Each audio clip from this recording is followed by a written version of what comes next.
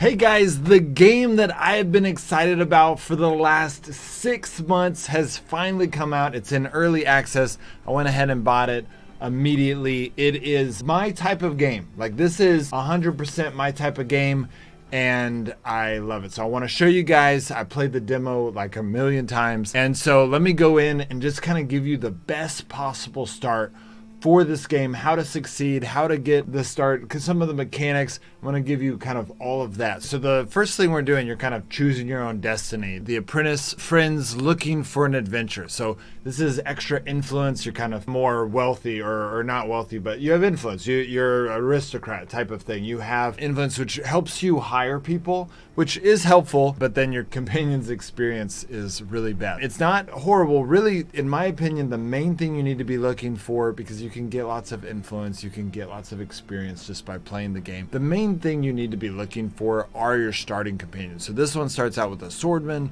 archer, ranger, and a brute. So those are good. You know, the brute is amazing tank. The archer has that range, and ranger does a lot of damage. The swordman, I was not impressed in the demo, but we'll see if they kind of, I mean, obviously they're going to make it better. As you level up, you get better weapons. So I'd say the swordsman is kind of a well-rounded character. Okay, so men escorting merchants who lost their employer. So you got plus 150 crowns. That's amazing. Lots of money. You start out with less medicine, which they didn't even start out with medicine in the demo. So that's pretty, I mean, medicine is pretty nice. Starting companions, swordman, warrior, spearman, and brute. You are 100% melee, which is going to give you, well, it really depends on your playstyle. That is going to give you some serious disadvantages in some scenarios, but in other scenarios, you're not going to have someone that can just kind of pinpoint. You're going to have no weak people. Okay, so that's kind of nice, knowing that they can just kind of squish really quickly. This is definitely good for those of you who like lots of melee characters. You can always add ranged characters or damage dealers later on. This is just a very tanky team. And starting out with extra money allows you to buy all kinds of gear, you know, food. There's a lot of benefits of having that extra money. Okay, so then you got deserters fleeing an abusive captive. That's, I mean, just the stories is amazing, and I wonder if they'll include some other things in the game. I don't think so. It's very sandbox game, very focused on just the freedom of really kind of doing whatever you want. You're just using game components, and I love that about this game. So it says you have extra experience, which is really good, but you have some suspicion. Now, suspicion does reduce over time, so this seems like a pretty good one. You've got a real well-rounded starting group, you know, with the archer, ranger, brute, and swordsman. That's just kind of similar to the apprentice one, but it's well-rounded, and having that extra experience is going to make your guys, you know, level up faster.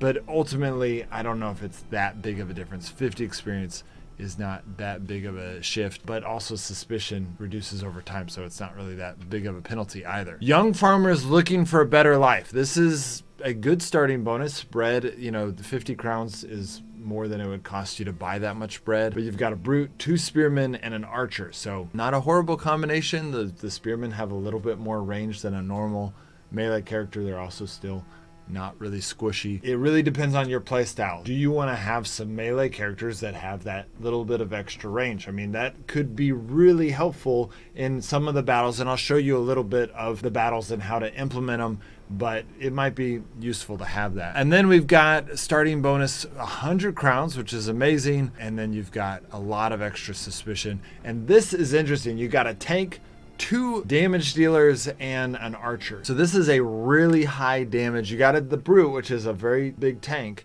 but other than that, you've got lots of damage. I'm really intrigued by that one, and the suspicion should reduce pretty quickly, so we're actually going to start with that one. Okay, so now in this one, your companions are used to long walks. This allows you to not experience as much fatigue.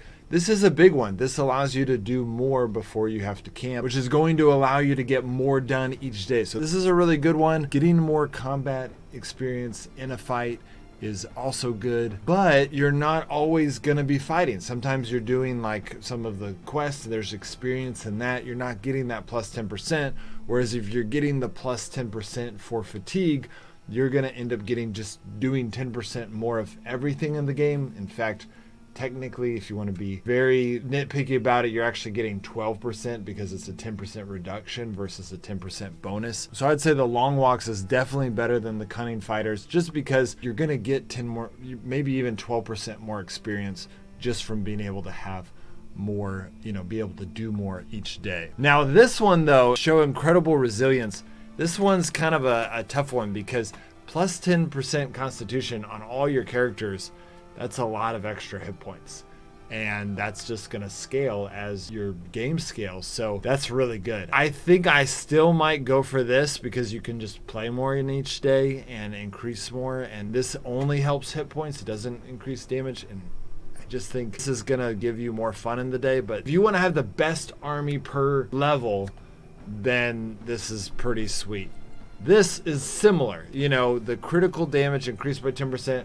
Do keep in mind this only applies to critical damage. So if you do normal damage, you're not getting the bonus. But those criticals can often be what makes the big difference anyways. It's a lot more damage. Getting that plus 10% could really tip over the edge. And there are skills that let you control how many criticals you get. So depending on your gameplay, I would say this is worth. Like if you're going to go for that Ranger, Archer, Brute combo, which is what I'm doing, then I would say, so I think I'm actually going to choose this one because of the combination that I'm choosing. And then this last one is decreasing suspicion. I don't think this is a good one unless they change suspicion from the demo. Suspicion reduces over time, so it's not that big of a deal. Okay, so now in this one, if they had a flaw, what would it be? This is all negative penalties. We've got each companion can carry less. That stinks because, it's not horrible because you can get mules to help you out, but that's pretty rough. And then this one, I definitely would not recommend. Happiness is a big deal in all Shiro games. It is something you want to, be careful of. Oof. This is rough. Definitely for me, I'm not choosing this one because I'm going a really high crit team, but stinks to lose that. Danger during rest is increased. I kind of actually like that one because you get more fights, but you can also get caught in some difficult situations, which may not be good. And then you're hunted by guards. Honestly, this one's not that bad because, again, you can reduce your suspicion if you're not really big into suspicion. So I'm gonna go ahead and go for this one. Though I hope they didn't change it from the tutorial because otherwise we're gonna be in a difficult situation because we're choosing the hardest, the most suspicion, but we'll see how it goes. Okay, so in this part, you can only start in this place until you've unlocked more areas. Once you've really broadened out and you've played more of the game, you'll be able to start new games in new places. Okay, and then in this part, you've got, combat difficulty. This is kind of a no-brainer. If you want it hard, then make it hard. Easy. This is just affecting combat. I will definitely be doing a lot of games on hard because I love these type of games. I like going hard, but I always want to experience a game on normal first because that's how the devs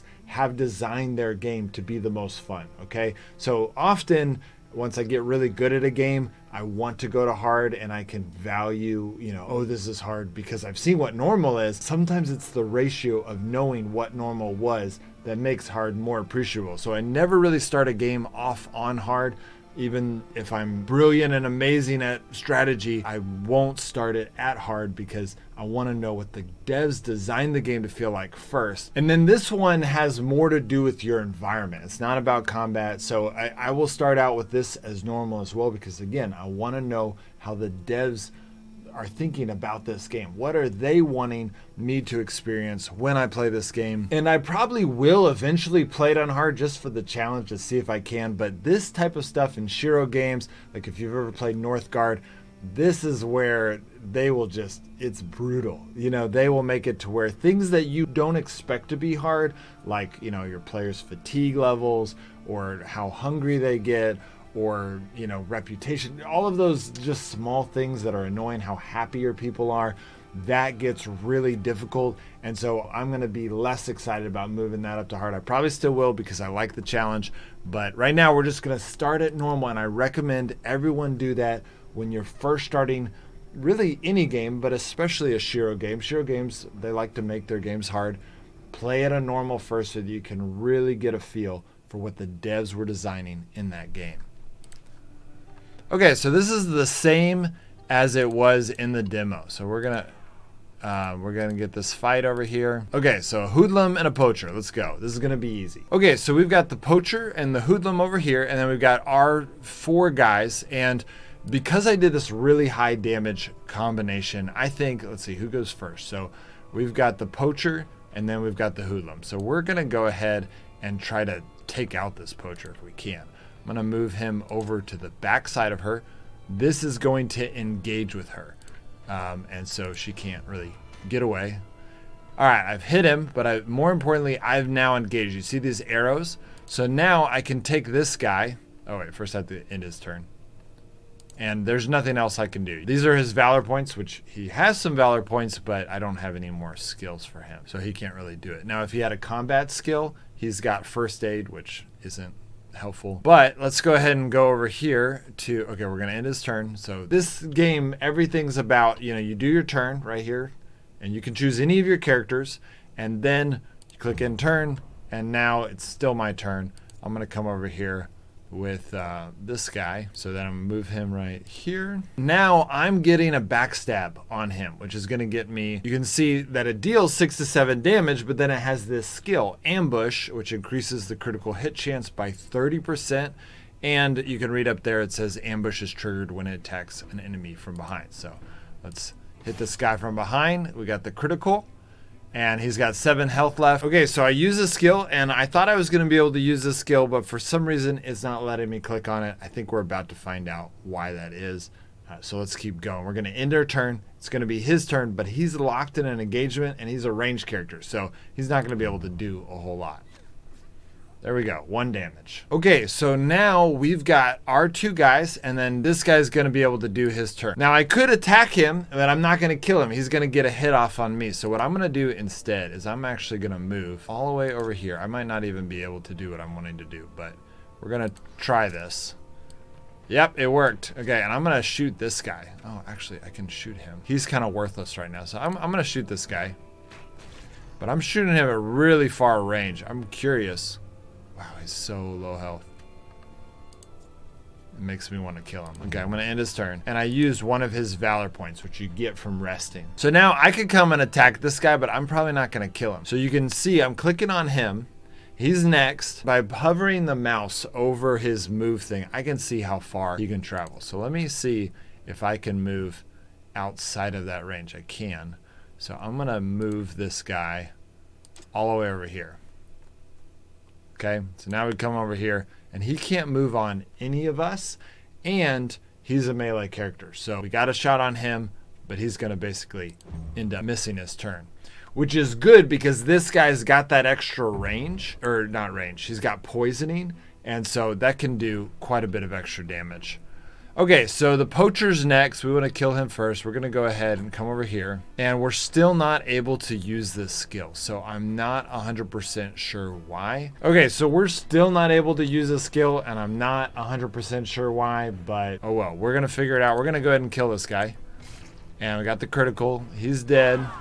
Now what this is right here, it just said galvanized. What that is when you get to this meter right here. Oh, you can't see it, hold on. Okay, so right up here, you can see that once you hit this meter, once you've done enough damage to them, your units become galvanized, which increases the amount of damage that they deal. And then once you get to this meter, they just, run away and you can end the battle early, which is kind of a nice feature because it makes really long battles. You can end them early and you don't have to just constantly be playing that battle. So we're going to end his turn, and honestly this is going to be pretty easy. We've got 3 people's turn before him. He can't get to them. I'm just going to go ahead and shoot him, and then I'm going to get my ranger here. Okay, end his turn, move my ranger over here, and he's just going to stab him right in the face.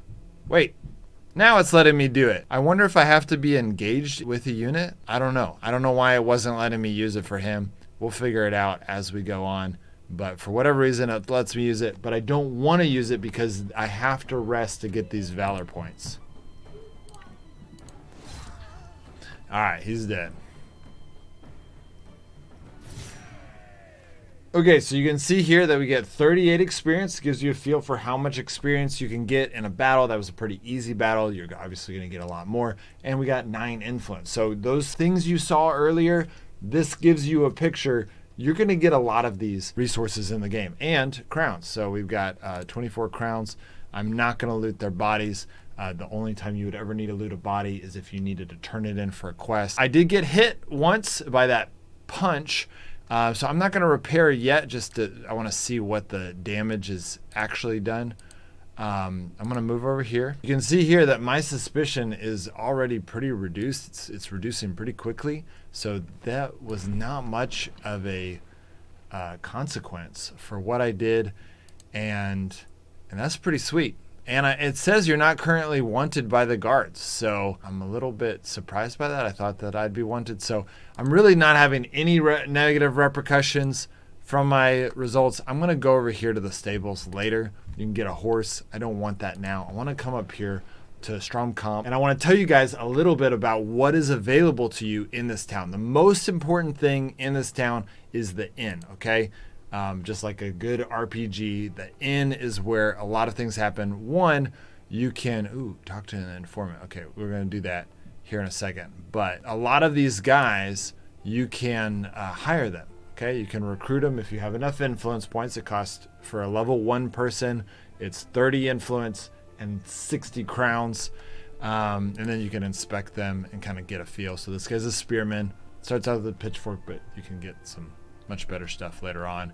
And he's got Wrath, which is, I would not say that great for a spearman. You really want to get these skills to line up with the class.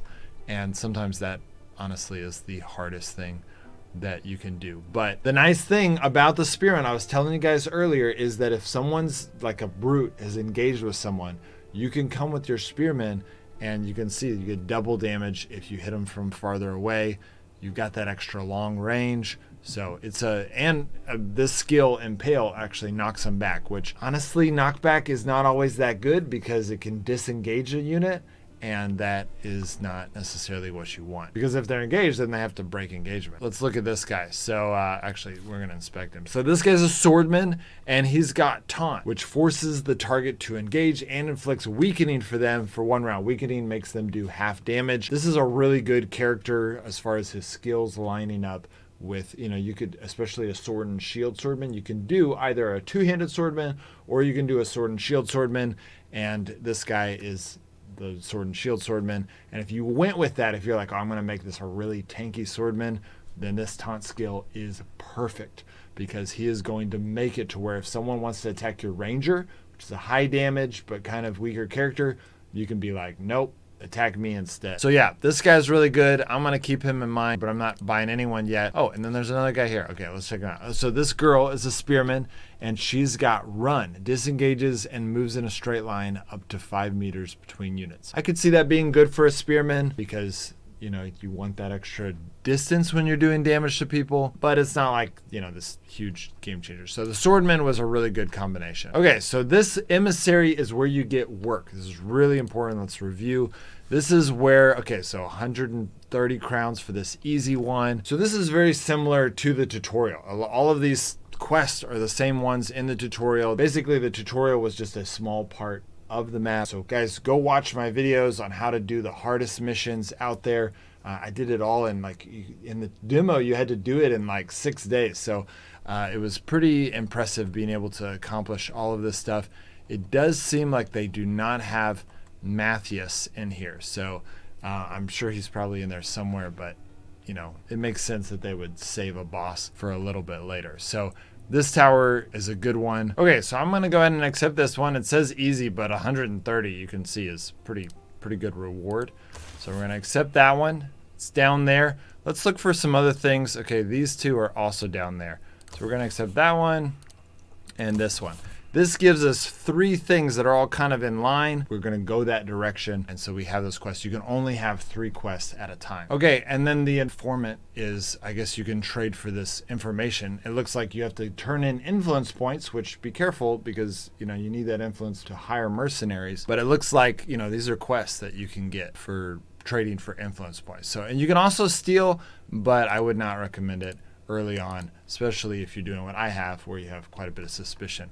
The game is paused right now, so my suspicion is not going down. We're going to go ahead and exit the tavern. This is the Apothecary. You can make medicine in there with a lot of the flowers and stuff that you get in there. You can also train one of your people to be a medical. Actually, I'll go ahead and go in there. So when you go in here and you click on that table, it says, oh, now you can have someone as an alchemist. So let's go ahead and just exit for now. I'll tell you a little bit more about that in a second. We're going to go to the forge, and I'm going to click on the forge, which is I'll give us another thing. We can now have a blacksmith. And then, there's the market. So the market is where you're going to be able to buy a lot of stuff. When you talk to a merchant, you're going to see all of these options. When they're green, that they're, discounted price, which can be useful. I need some food. You definitely need some food early on. And eventually you're going to be able to make bread, and you need salt and flour for that. And but you need to have a baker to be able to do that, which requires some iron. I'll explain that here in a second. So you can see this guy's got salt. You're hoping to find someone with flour if you want to make bread. Leather's good for building like armor and stuff. Iron's good for armor. So I wouldn't buy anything just yet. You just kind of want to see what's available, and then I think this guy tries to scam you. So. Or this guy tries to scam you, so be careful. But actually, he scams you, but then you find him later, and I think you can make it work out. Okay, so that's showing you the town. There's a few more things that are really important about this game. The camp right here. So even if I depart, you can still see this camp, right? So I'm going to click camp. This is a really important part of the game. You got the workshop. So if I click on it, again, shows up a tinker ability. So if I remember right, the tinker allows you to have extra dexterity. So we're going to take Cellophil, and we're going to go, no, critical hit. Okay, never mind. Tinker, okay, alchemist is dexterity, and then blacksmith is strength. So we're going to skip on you for right now. We're going to make him have the tinker ability, because that's going to give him that plus critical chance. You can see now that I'm stacking all my criticals, right? I got the plus 10% damage to critical. I've got all of these different combos to get more critical hits, and I'm going to keep doing more. The ambush gets that extra 30% critical hit chance. I'm going to kind of stack that up so that when these guys hit, if you see some of my other gameplay videos for this game, they will do crazy damage. Like 50 damage early on. I just played 6 days and I was doing 50 damage with, a hit. So this guy's pretty good. Can't carry a whole lot, but he only consumes one food. But let me explain all that. So we've got the tinker. Now, once you're in the tinker, you can use this guy right here and to make things. So we've got iron ore. We need rope to build a piton. I don't actually know how to pronounce that, but let's use scale walls. Lockpick are really important. Allows you to open chests, stuff like that. The torch is going to be a pretty good offhand weapon. It gives you that extra vision and critical hit chance, which is going to be, again, I'm trying to stack that critical hit chance. So I need wood, cloth, and grease. All of these are pretty easy to get. Grease is the easiest to get in the market. Fish hook, obviously, is going to allow you to go fishing. And then the cooking pot is probably the most important. In my opinion, you really want to do the cooking pot first. You need to get that iron, you need to get that wood, build a cooking pot, which not only allows you to start making recipes, which is really helpful for surviving in this game, but it allows you to have your tank be the cook, and he gives him extra constitution, which makes him tankier, which is really helpful. And then you got the tent, which requires quite a bit of leather, cloth, iron, and rope, but it is really important because when you assign players to the tent, kind of like I just assigned a player over here to this workshop, it makes it to where people get more valor points when they sleep. Now, you'll notice what I did here is actually really bad. You see this +2 happiness? This is really important to keep your happiness up. Otherwise, your players will leave you.